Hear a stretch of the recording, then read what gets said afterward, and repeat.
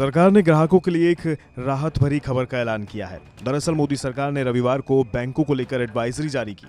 इसमें वित्त मंत्रालय ने यूपीआई पेमेंट पर बैंकों को चार्ज नहीं वसूलने के निर्देश दिए।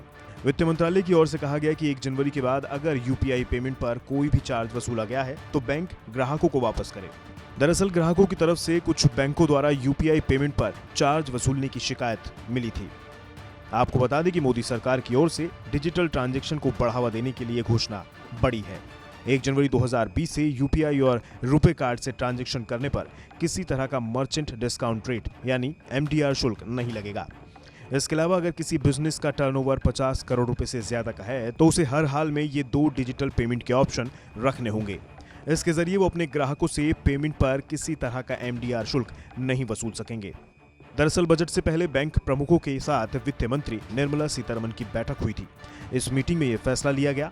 वित्त मंत्री ने कहा कि बजट 2019 में इसकी घोषणा की गई थी, जिसे अब लागू किया जा रहा है। इससे पहले आरबीआई के निर्देश के अनुसार 2000 रुपए तक के पेमेंट पर कोई एमडीआर शुल्क नहीं वसूला जाता है।